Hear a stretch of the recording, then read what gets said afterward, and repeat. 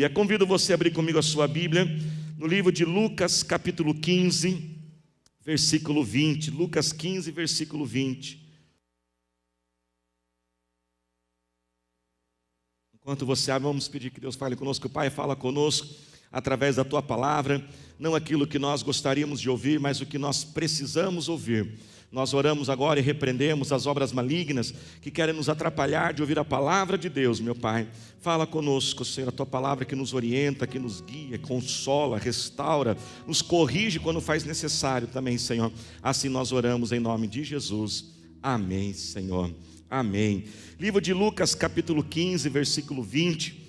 Os versículos que nós vamos ler, irmãos, falam a respeito de um texto conhecido como a parábola do filho pródigo. Se você olhar aí a sua Bíblia ou no seu celular, você vai ver que tem uma pequena frase em cima, como se fosse um subtítulo.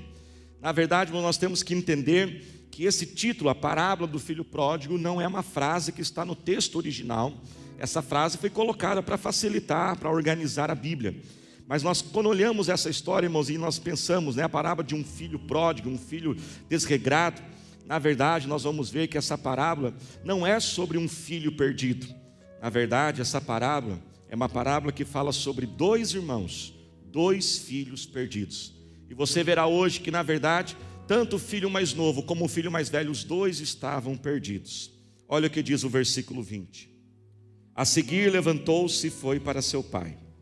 Estando ainda longe, seu pai o viu e, cheio de compaixão, correu para seu filho e o abraçou e beijou.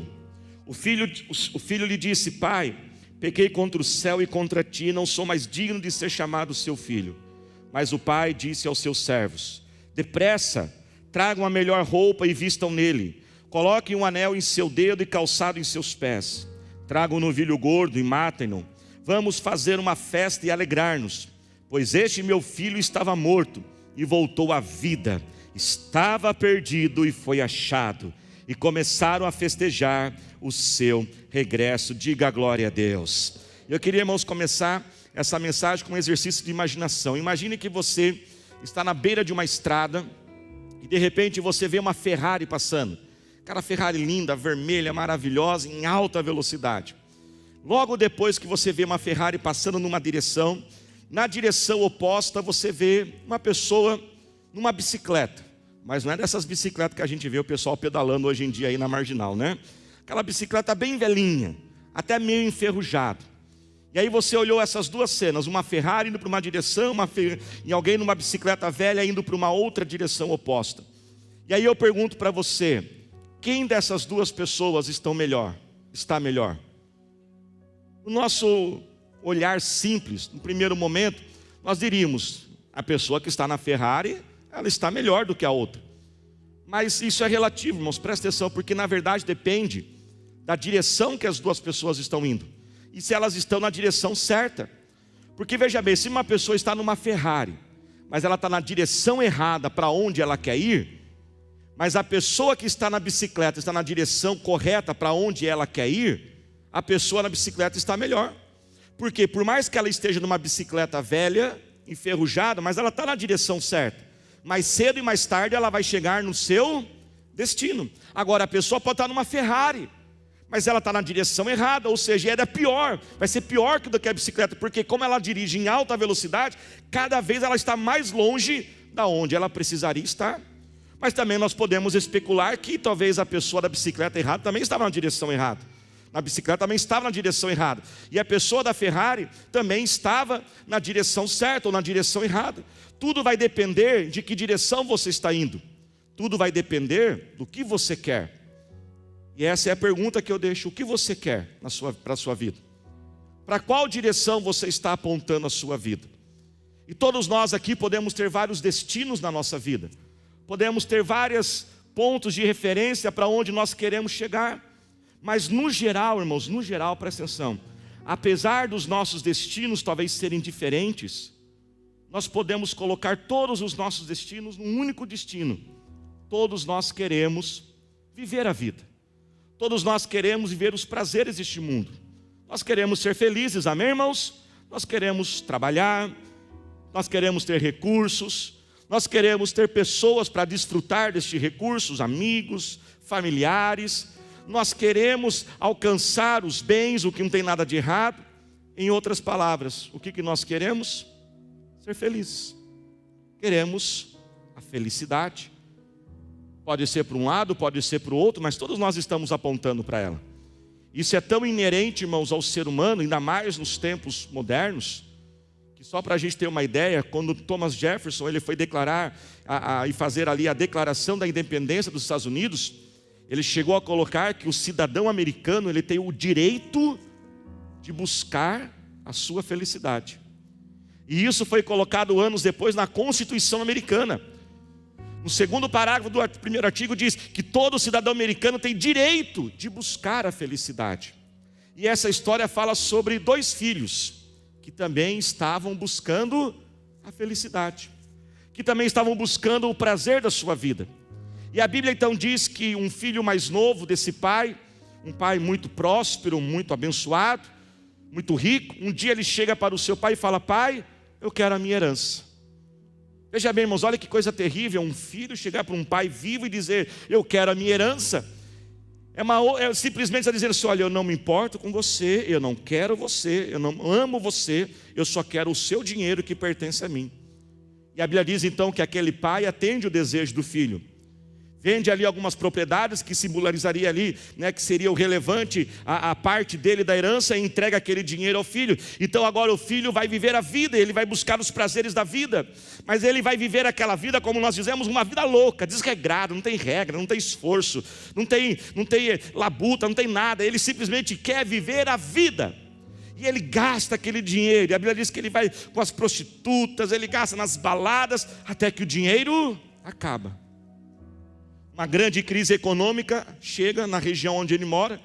Ele não consegue serviço, e o único serviço que ele consegue é um serviço para alimentar os porcos, que para um judeu daquela época era o trabalho mais indigno, o trabalho mais desvalorizado possível, porque o judeu nem carne de porco ele não come. Imagina agora ele trabalhar com porcos. E a situação dele só vai piorando, até que chega um ponto que ele olha os porcos comendo.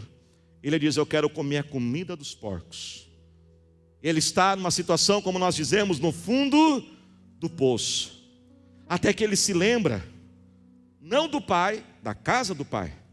E ele diz: vou voltar lá para o meu pai, porque meus pais têm servos, meu pai tem funcionários, e ali quem sabe eu consigo um emprego, e eu vou ter comida, eu vou ter um salário de novo. E ele diz: vou voltar para a casa do meu pai. Então ele arma todo um plano na sua mente, como se fosse uma apresentação de PowerPoint. Ele já diz tudo certinho: quando encontrar meu pai eu vou falar isso, vou dizer que eu não sou digno, ô pai, eu vacilei aí, me dá um emprego.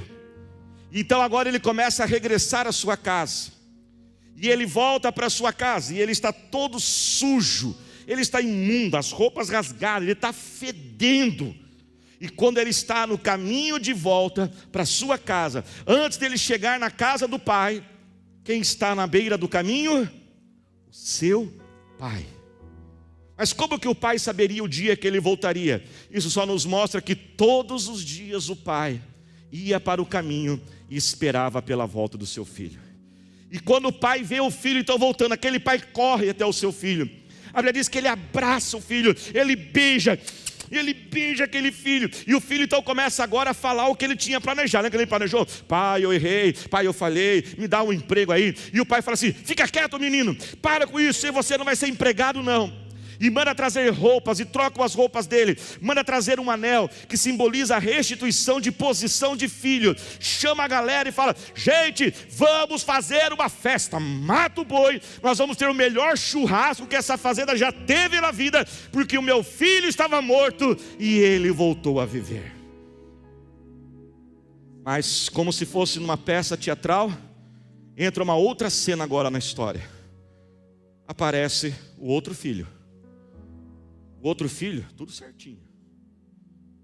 O outro filho é uma vida regrada. O outro filho está no campo, ralando, esforçando, cumprindo tudo que tem que fazer. E quando ele chega na sua casa, ele escuta o barulho. Que barulho é esse?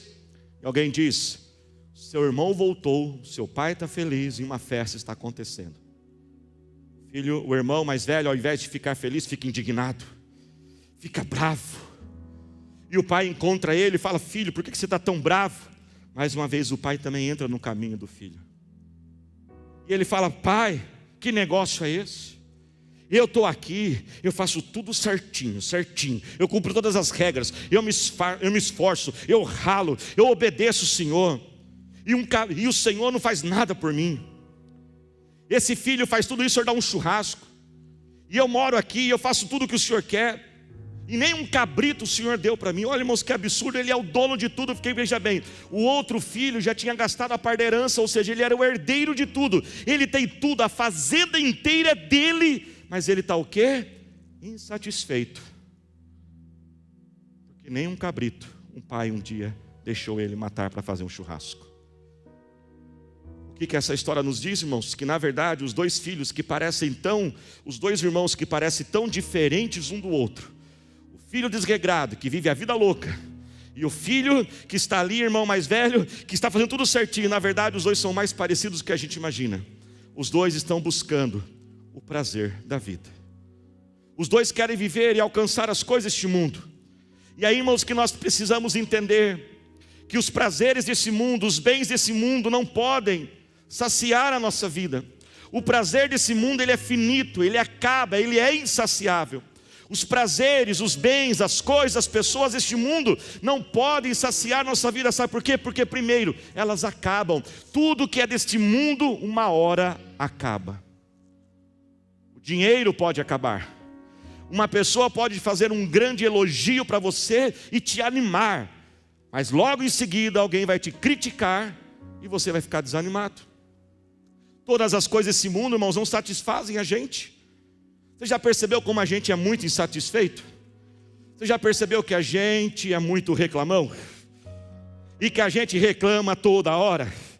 E que as coisas parecem que nunca estão boas para a gente? E aí você está lá na sua casa. Olha, irmãos, que coisa louca que a gente faz. Está na sua casa. Primeiro, que tem muita gente que não tem casa.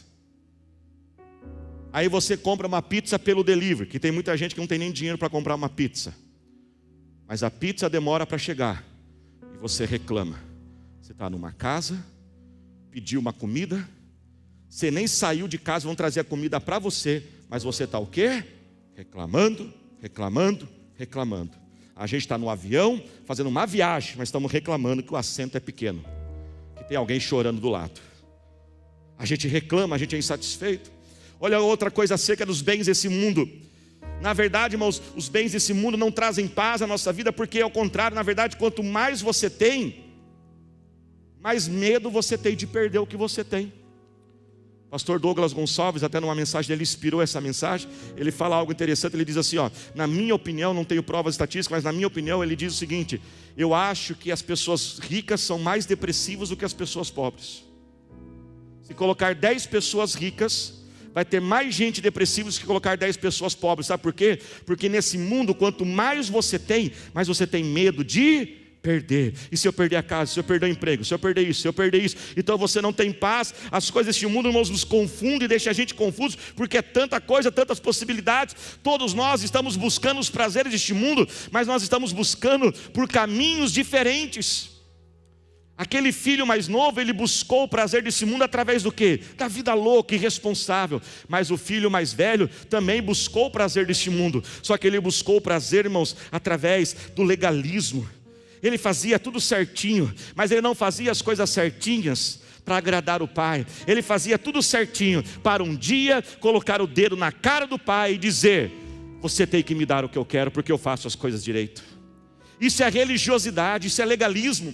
Religiosidade é você até fazer as coisas de Deus, mas você não faz porque você ama a Deus, você não faz porque você ama o pai. Você quer simplesmente fazer tudo certinho para um dia dizer: Deus, por que o Senhor não me abençoa?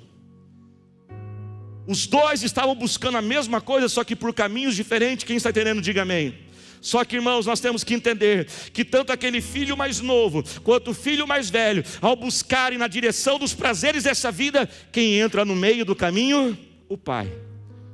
O pai estava ali para cuidar, para amar, para pedir ao filho mais velho a paciência, para resgatar a dignidade do filho mais novo. E eu quero dizer que este culto, esta mensagem, é o Pai se colocando no caminho da sua vida.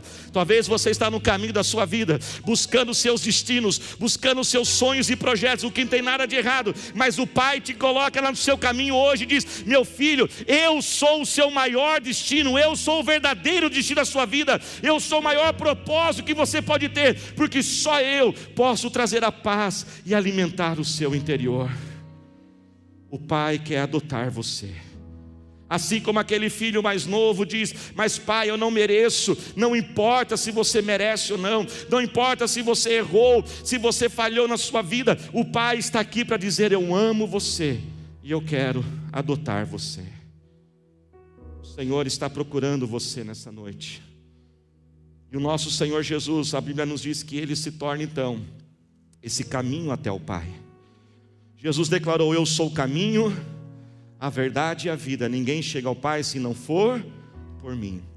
O nosso verdadeiro destino, irmãos, na vida tem que ser o nosso Pai, e o caminho para chegar a Ele é até Jesus. Por isso, se você não desceu ainda as águas do batismo, confirme a sua decisão por Jesus. Se entregue ao Senhor Jesus, dessas águas do batismo semana que vem. Sabe por quê, irmãos? Porque o livro de João, capítulo 1, versículo 12 diz que todos aqueles que se entregam a Jesus se tornam filhos de Deus.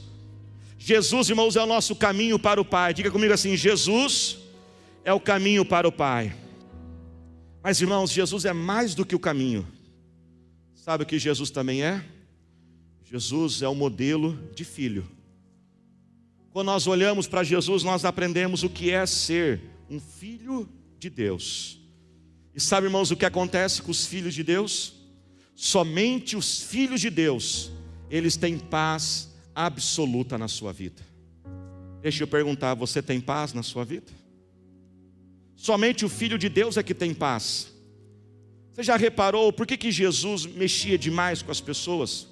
Por que aquelas pessoas daquela época, elas olhavam para Jesus e ficavam intrigadas, elas ficavam: esse homem é diferente. Sabe por quê, irmãos? Sabe uma das coisas que fazia Jesus tão diferente, presta atenção nisso, é que Jesus era inabalável. Nada poderia abalar Jesus. E o que é uma vida abalável? Uma vida abalável é aquilo que quando você perde, que sustenta você, é quando as estruturas da sua vida se movem, se mexem ou se perdem. Por exemplo, presta atenção nisso. Vamos imaginar que uma pessoa, ela chega e diga assim: a minha esposa é a minha vida. Às vezes até acontece no casamento, né? Às vezes chamam o esposo e a esposa chamam o outro: ô vida. Por quê? Porque é a vida dele. Às vezes uma esposa pode dizer: meu esposo é a minha vida, os meus filhos são a minha vida. Agora, qual é o problema quando alguém é a sua vida? Se uma pessoa, se os teus filhos, teus pais, teu esposo, a tua esposa são a sua vida é abalável. Porque pessoas podem sair da nossa vida, pessoas podem morrer. Um casamento, um cônjuge um dia chega e diz: o amor acabou, eu vou embora. E aí? Sua vida ficou abalável, a sua vida acabou. Se uma pessoa diz: a minha vida é o dinheiro, você está com sérios problemas, porque o dinheiro também pode se acabar um dia. Num mau negócio, alguém pode te trair. Se a pessoa diz: a minha aparência é a minha vida, eu não consigo viver sem ir à academia, eu preciso, porque se eu não for na academia eu morro. Pode acontecer. Às vezes uma situação financeira, às vezes uma enfermidade que o médico diz: olha, a última coisa que você pode fazer é academia. Ou seja, tudo isso abala a nossa vida. E por que Jesus era inabalável? Diga assim comigo: Jesus é inabalável. Sabe, irmãos, por que Jesus era inabalável? Porque o maior tesouro de Jesus era o seu Pai. O seu Pai era a sua grande prioridade, o seu Pai era o seu grande tesouro. Então diziam para ele: olha, e se você perder o dinheiro, não tem problema, e se as pessoas rejeitarem você, não tem problema, porque o maior tesouro da minha vida é o meu Pai, e se Ele estiver em mim, nada vai abalar a minha vida. Levante a sua mão, diga assim, levante as suas mãos bem alto, e diga assim comigo assim: o meu Deus, faz assim com as suas mãos, diga assim: o meu Deus é o meu Pai. Mas faz o mais alto que você puder, diga assim comigo: meu Deus é o meu Pai. Abaixa só um pouquinho a sua mão e diga assim comigo: e eu sou filho de Deus. Ser filho de Deus é o topo da nossa vida. Ser filho de Deus é o ápice da nossa vida. Ninguém, não há nada maior nesse mundo que você ser o quê? Um filho de Deus. Então, pastor, quer dizer que eu não posso trabalhar, eu não posso viajar, eu não posso estudar, eu não posso comprar bens? Pode fazer tudo isso, irmãos, presta atenção. Você pode fazer tudo isso. Mas quando você é um filho de Deus, você não faz isso para estruturar e sustentar a tua vida. Você não busca essas coisas porque você depende delas, porque você já está completo no seu Pai que te sustenta. Então você vai buscar amor? Sim, claro que nós vamos buscar amor. Nós vamos casar, nós vamos ter filhos, mas se eu tiver pouco amor ou muito amor, ou se esse amor das pessoas se acabarem, a minha vida não acaba, porque que amor maior eu posso ter do que o amor do Pai por mim? Quando vocês digam amém? Então claro que eu vou trabalhar, eu vou ganhar o dinheiro, claro que eu vou me esforçar, claro que eu vou fazer isso, mas se eu não tiver dinheiro, se eu tiver pouco dinheiro, ou eu tiver muito dinheiro, isso não vai abalar a minha vida, porque veja bem, irmãos, presta atenção nisso, eu sou filho do dono do mundo, eu sou filho do Criador do universo. Por que eu vou ter medo de não ter dinheiro? Se a Bíblia diz que até dos passarinhos Ele cuida, Ele não vai cuidar daquele que é o seu filho. Então eu posso ter paz na minha vida, porque eu tenho a maior segurança desse mundo.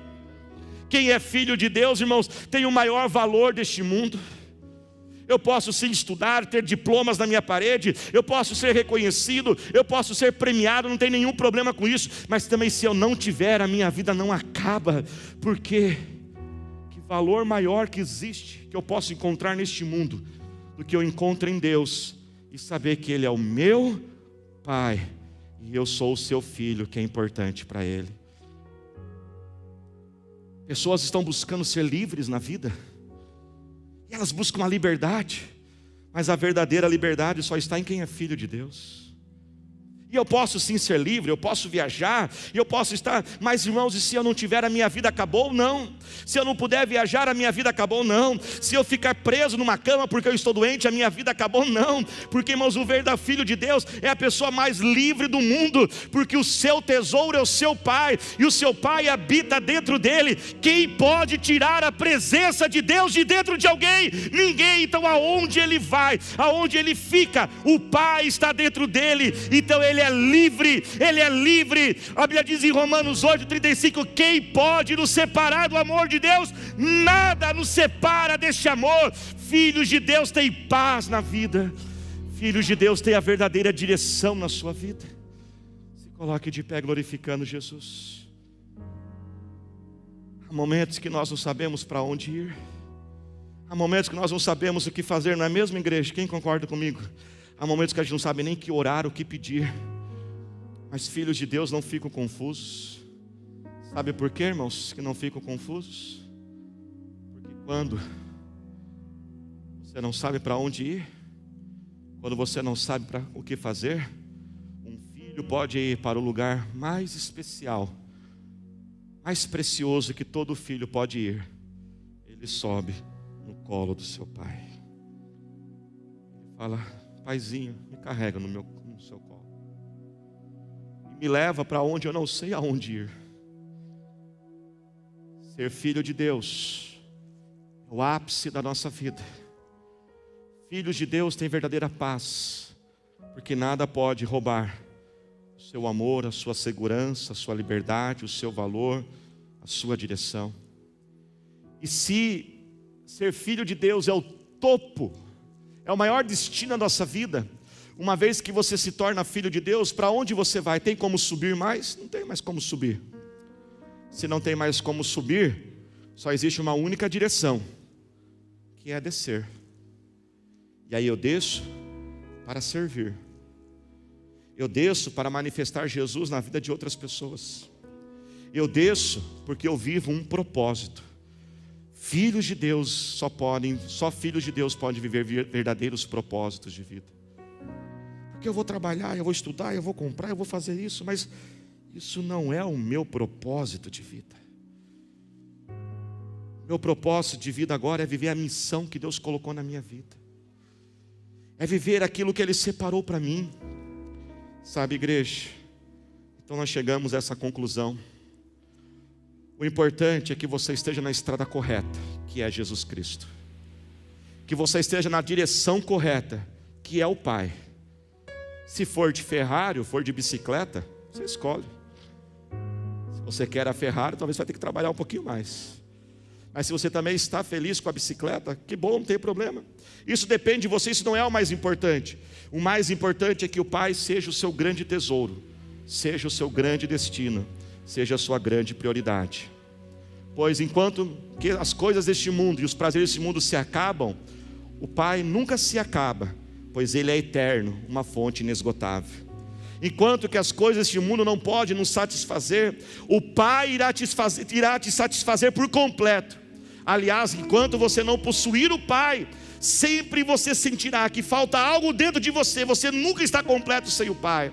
Enquanto eu posso perder as coisas deste mundo, o Pai, eu não posso perdê-lo, porque Ele habita dentro de mim.